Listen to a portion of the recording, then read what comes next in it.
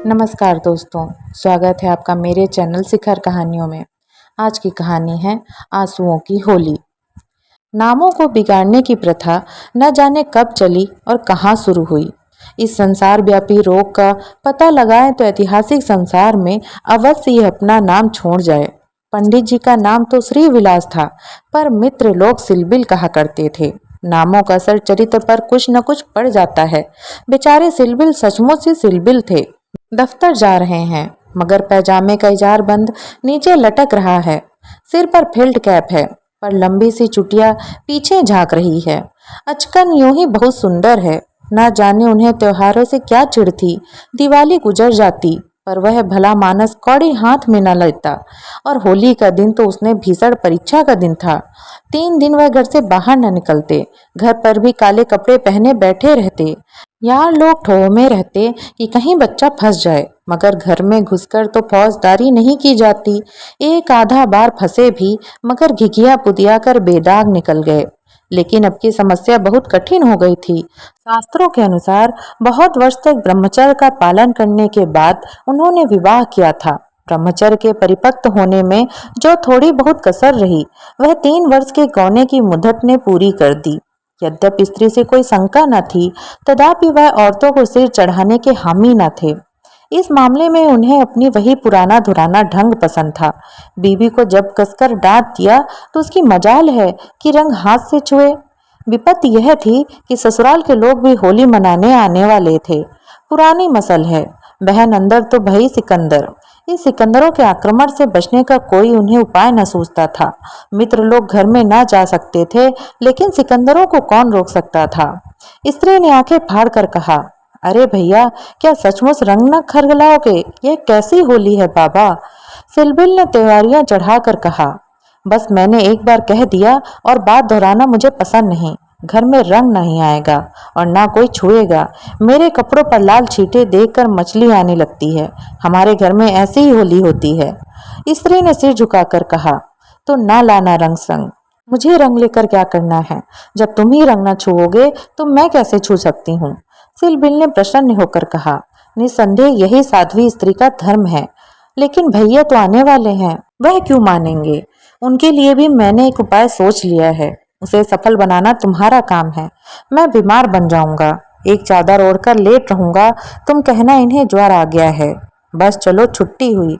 स्त्री ने आंख नचाकर कहा, ए नौज, कैसी बातें मुंह से निकालते हो? ज्वर जय मुदई के घर। यहाँ आए तो मुंह झुलस्तू निगोड़े का। तो फिर दूसरा उपाय ही क्या है? तुम ऊपर वाली छोटी कोठरी में छिप रहना। मैं कह दूंगी उन्होंने जुलाब लिया है। बाहर निकलेंगे तो हवा लग जाएगी। पंडित जी खिल उठे, बस बस यही सबसे अच्छा है। 1389 होली का दिन है। बाहर हाहाकार मचा हुआ है। पुराने जमाने में अबीर और गुलाल के सिवा और कोई रंग न खेला जाता था। अब नीले, हरे, काले सभी रंगों का मेल हो गया है और इस संगठन से बचना आदमी के लिए तो संभव नहीं। हाँ देवता बचें। सिलविल के दोनों साले मोहल्ले भर के मर्दों, औरतों और बच्चों को बूढ़ों का निशाना बने हुए थे। बाहर के दीवान खाने के फर्श, दीवारें, यहाँ तक कि तस्वीरें भी रंग उठी थीं। घर में भी यही हाल था। मोहल्ले की नंदें भला कम मानने लगी थीं, पर नाला तक रंगीन हो गया था। बड़े साले ने पूछा, क्यों रे चंपा, क्या सचमुच उनकी तबीयत अच्छी नहीं? खाना खाने भी ना आए? चंपा ने सिर झुकाकर कहा, हाँ भैया, रात ही से पेट में कुछ दर्द होने लगा। डॉक्टर ने हवा में निकलने से मना किया है। जरा देर बाद छोटे साले ने कहा, क्यों जीजी जी, क्या भाई साहब नीचे नहीं आएंगे? ऐसे भी क्या बीमारी है? कहो तो ऊपर जाकर देख आऊं। चंपा ने उसका हाथ पकड़कर कहा, नहीं नहीं, ऊपर मत जाइयो, वह रंग वंग ना खेलेंगे। डॉक्टर ने हवा में निकलने को मना कर दिया है। दोनों भाई हाथ मलकर रह गए। सहसा छोटे भाई को एक बात सूझी, जीजी जी के कपड़ों के साथ क्यों ना होली खेलें? वे तो नहीं बीमार हैं। बड़े भाई के मन में यह बात बैठ गई। बहन बेचारी अब क्या करती? सिकंदरियों ने कुंजियां उनके हाथ से लीं और सिलबिल के सारे कपड़े निकाल निकाल कर रंग डाले। रुमाल तक ना छोड़ा। जब चंपा ने उन कपड़ों को आंगन में अलगनी पर सूखने को डाल दिया, तो ऐसे जान पड़ा मानो किसी रंगरेज ने ब्याह के जोड़े रंगे हों। सिलबिल ऊपर बैठे बैठे यह तमाशा देख रहे थे, पर जबान न खोलते थे। छाती पर सांप सा लौट रहा था। सारे कपड़े खराब हो गए, दफ्तर जाने को भी कुछ न बचा। इन दुष्टों को मेरे कपड़ों से न जाने क्या बैठ था। घर में नाना प्रकार के स्वादिष्ट व्यंजन बन रहे थे। मोहल्ले की ब्राह्मणी के साथ चंपा भी जुटी हुई थी।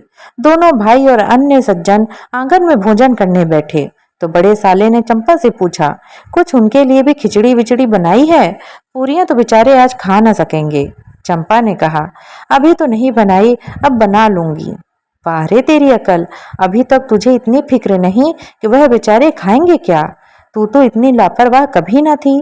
जा निकल जा, जल्दी से चावल और मूंग की दाल ला। लीजिए, खिचड़ी पकने लगी। इधर मित्रों ने भोजन करना शुरू किया। सिलबिल ऊपर बैठे अपने किस्मत को रो रहे थे। उन्हें इस सारी विपत्ति का एक ही कारण मालूम होता था, विवाह।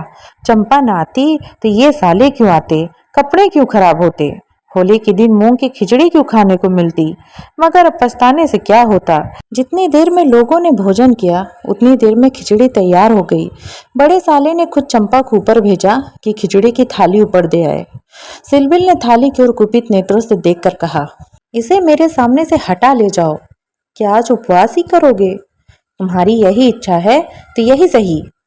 मैंने क्या किया, सवेरे से जुटी हुई हूँ। भैया ने खुद खिचड़ी डलवाई और मुझे यहाँ भेजा। हाँ, वह तो मैं देख रहा हूँ कि मैं घर का स्वामी नहीं, सिकंदरों ने उस पर कब्जा जमा लिया है। मगर मैं यह नहीं मान सकता कि तुम चाहती तो और लोग पहले ही मेरे पास थाली न पहुंचा जाती। मैं इस पतिव्रता धर्म के विरुद्ध समझता हूँ, और क्या कहूँ। तुम तो देख रहे हो कि दोनों जने मेरे सिर पर सवार थे। अच्छी दिल लगी है कि और लोग तो समोसे और खस्ते उड़ाएं और मुझे मूंग की खिचड़ी दे जाए। वाह रे नसीब, तुम इसे दो चार कौर खा लो, मुझे ज्यों ही अवसर मिलेगा दूसरी थाली लाऊंगी। सारे कपड़े रंगवा डाले, दफ्तर कैसे जाऊंगा। यह दिल लगी मुझे जरा भी नहीं भाती। मैं इसे बदमाशी कहता हूँ। तुमने संदूक की कुंजी ही क्यों दे दी? क्या मैं इतना पूछ सकता हूँ? जबरदस्ती छीन ली, तुमने सुना नहीं, करती क्या? अच्छा, जो हुआ सो हुआ। यह थाली ले जाओ। धर्म समझना तो दूसरी थाली लाना, नहीं तो आज व्रत ही सही। एकाएक पैरों की आहट पाकर सिलबिल ने सामने देखा तो दोनों साले आ रहे हैं। उन्हें देखते ही बेचारे ने मुंह बना लिया, चादर से शरीर ढक लिया और कराहने लगा। बड़े साले ने कहा, कहिए कैसी तबीयत है, थोड़ी सी खिचड़ी खा लीजिए। सिलबिल ने मुंह बनाकर कहा, अभी तो कुछ खाने की इच्छा नहीं है। नहीं, उपवास करना तो हानिकारक है, खिचड़ी खा लीजिए। बेचारे सिलबिल ने मन में इन दोनों शैतानों को खूब कोसा और विष की भांति खिचड़ी कंठ से नीचे नहीं उतरी। आज होली के दिन खिचड़ी भाग्य में लिखी थी। जब तक सारी खिचड़ी समाप्त न हो गई, दोनों वहां डटे रहे, मानो जेल के अधिकारी किसी अनशन व्रतधारी कैदी को भोजन करा रहे हों। बेचारे को ठूस ठूस कर खिचड़ी खानी पड़ी, पकवानों के लिए गुंजाइश ही न रही। 10 बजे रात को चंपा उत्तम पदार्थों की थाली लिए पतिदेव के पास पहुंची। महाशय मन में झुंझला रहे थे, भाइयों के सामने मेरी परवाह कौन करता है। न जाने कहां से दोनों शैतान फट पड़े। दिन भर उपवास कराया और अभी तक भोजन का कहीं पता नहीं। चंपा को थाल लाते देखकर कुछ अग्नि शांत हुई। बोले, अब तो बहुत सवेरा है, 1-2 घंटे बाद क्यों नहीं आई? चंपा ने सामने थाली रखकर कहा, तुम तो न हारी से मानते हो न जीती से। अब आखिर ये 2 मेहमान आए हुए हैं, इनकी सेवा सत्कार ना करूं तो भी तो काम नहीं चलता। तुम्हें को बुरा लगेगा, कौन रो जाएंगे। ईश्वर न करे कि रो जाएं। यहाँ तो एक दिन में बधिया बैठ गई। थाल की सुगंध में तरवरतार चीजें देखकर सहसा पंडित जी के मुखार बिंद में मानसरोवर पर मुस्कान की लाली दौड़ गई। एकाएक चीज खाते थे और चंपा को सराहते थे। सच कहता हूँ चंपा, मैंने ऐसी चीज कभी नहीं खाई। हलवाई साला क्या बनाएगा, जी चाहता है कुछ इनाम दूं। तुम मुझे बना रहे हो, क्या करूं, जैसा बनाना आता है बना लाई। नहीं जी, सच कह रहा हूँ, मेरी तो आत्मा तक तृप्त हो गई। आज मुझे ज्ञात हुआ कि भोजन का संबंध उदर से इतना नहीं जितना आत्मा से है। बतलाओ क्या इनाम दूं? जो मांगू वह दोगे? दूंगा, जनेऊ की कसम खाकर कहता हूँ। ना दो तो मेरी बात जाए। कहता हूँ भाई, अब कैसे कहूँ, क्या लिखा पढ़ी कर दूं? अच्छा तो मांगती हूँ, मुझे अपने साथ होली खेलने दो। पंडित जी का रंग उड़ गया, आंखें फाड़ कर बोले, होली खेलने दूँ? मैं तो होली खेलता नहीं, कभी नहीं खेला। होली खेलना होता तो घर में छिपकर क्यों बैठता? और के साथ मत खेलो, लेकिन मेरे साथ तो खेलना ही पड़ेगा।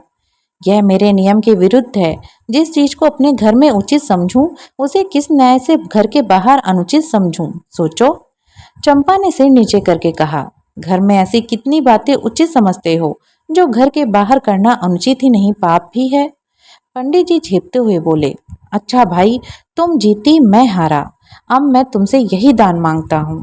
पहले मेरा पुरस्कार दे दो, पीछे मुझसे दान मांगना। यह कहते हुए चंपा ने लोटे का रंग उठा लिया और पंडित जी के सिर से पांव तक नहला दिया। जब तक वह उठकर भागे, उसने मुट्ठी भर गुलाल लेकर सारे मुंह में पोत दिया। पंडित जी रोने सूरत बनाकर बोले, अभी और कसर बाकी है, तो वह भी पूरी कर लो। मैं जानता था कि तुम मेरी आस्तीन का सांप बनोगी। अब और कुछ रंग बाकी नहीं रहा। चंपा ने पति की मुख की ओर देखा तो उस पर मनोवेदना का गहरा रंग झलक रहा था। पछता कर बोली, क्या तुम सचमुच बुरा मान गए हो? मैं तो समझती थी कि तुम केवल मुझे चिढ़ा रहे हो। श्री विलास ने कांपते हुए स्वर में कहा, नहीं चंपा, मुझे बुरा नहीं लगा। हाँ, तुमने मुझे उस कर्तव्य की याद दिला दी जो मैं अपनी कायरता के कारण भूल बैठा। वह सामने जो चित्र देख रही हो, मेरे परम मित्र मनहर नाथ का है, जो अब संसार में नहीं है। तुमसे क्या कहूँ, कितना सरस, कितना भावुक, कितना साहसी आदमी था। देश की दशा देख देख कर उसका खून खौलता रहता था। ये भी कोई उम्र होती है, पर वह उसी उम्र में अपने जीवन का मार्ग निश्चित कर चुका था। सेवा करने का अवसर पाकर वह इस तरह उसे पकड़ता था मानो संपत्ति हो। जन्म का विरागी था, वासना तो उसे छू ही न गई थी। हमारे और साथी सैर सपाटे करते थे, पर उसका मार्ग सबसे अलग था। सत्य के लिए प्राण देने को तैयार। कहीं अन्याय देखा और भौवें तन गई, कहीं पत्रों में अत्याचार की खबर देखी और चेहरा तमतमा उठा। ऐसा तो मैंने आदमी ही नहीं देखा। ईश्वर ने अकाल ही बुला लिया, नहीं तो वह मनुष्यों में रत्न होता। किसी मुसीबत के मारे का उद्धार करने को अपने प्राण हथेली पर लिए फिरता था। स्त्री जाति का इतना आदर और सम्मान कोई क्या करेगा? स्त्री उसके लिए पूजा और भक्ति की वस्तु थी। 5 वर्ष ही हुए, यह होली का दिन था। मैं भंग के नशे में चूर, रंग में सिर से पांव तक नहाया हुआ उसे गाना सुनने के लिए बुलाने गया तो देखा कि वह कपड़े पहने कहीं जाने को तैयार है। पूछा, कहाँ जा रहे हो? उसने मेरा हाथ पकड़कर कहा, तुम अच्छे वक्त पर आए हो, नहीं तो मुझे जाना पड़ता। एक अनाथ बुढ़िया मर गई है, कोई उसे कंधा देने वाला नहीं मिलता।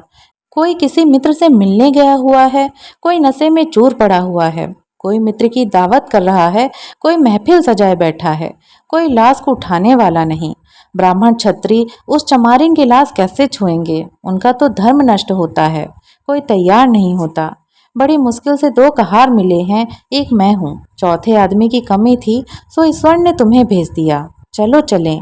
हाय, अगर मैं जानता यह प्यारे मनहर का आदेश है तो आज मेरी आत्मा को इतनी ग्लानि न होती। मेरे घर कई मित्र आए हुए थे, गाना हो रहा था। उस वक्त लाश उठाकर नदी जाना मुझे अप्रिय लगा। बोला, इस वक्त तो भाई मैं नहीं जा सकूंगा, घर पर मेहमान बैठे हुए हैं, मैं तुम्हें बुलाने आया था। मनहर ने मेरी ओर तिरस्कार के नेत्र से देखकर कहा, अच्छी बात है, तुम जाओ, मैं और कोई साथी खोज लूंगा। मगर तुमसे मुझे ऐसी आशा नहीं थी। तुमने भी वही कहा जो तुमसे पहले औरों ने कहा था। कोई नई बात नहीं थी। अगर हम लोग अपने कर्तव्य को भूल न गए होते तो आज यह दशा ही क्यों होती? ऐसी होली को धिक्कार है। त्योहार तमाशा देखने, अच्छी अच्छी चीजें खाने और अच्छे अच्छे कपड़े पहनने का नाम नहीं है। यह व्रत है, तप है। अपने भाइयों को प्रेम और सहानुभूति करना ही त्योहारों का खास मतलब है। और कपड़े लाल करने से पहले खून को लाल कर लो। सफेद खून पर यह लाली शोभा नहीं देती। यह कहकर वह चला गया। मुझे उस वक्त यह फटकारें बहुत बुरी मालूम हुई। अगर मुझमें वह सेवा भाव न था तो मुझे यूं धिक्कारने का कोई अधिकार न था। घर चला आया, पर वे बातें बराबर मेरे कानों में गूंजती रहीं। होली का सारा मजा बिगड़ गया। 1 महीने तक हम दोनों की मुलाकात न हुई। कॉलेज इम्तिहान की तैयारी के लिए बंद हो गया था, इसलिए कॉलेज में भी भेंट न होती थी।